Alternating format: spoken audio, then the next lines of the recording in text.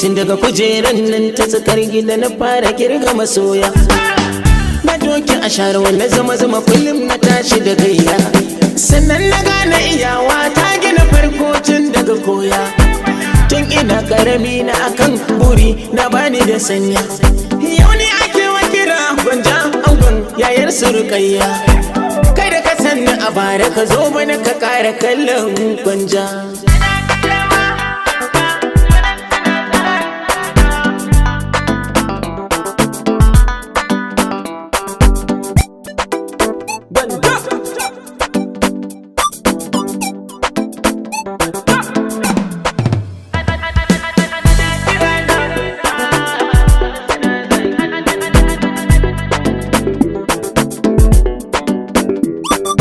Kafin na samu kuɗi a da na ga sabar saba ni da kafafu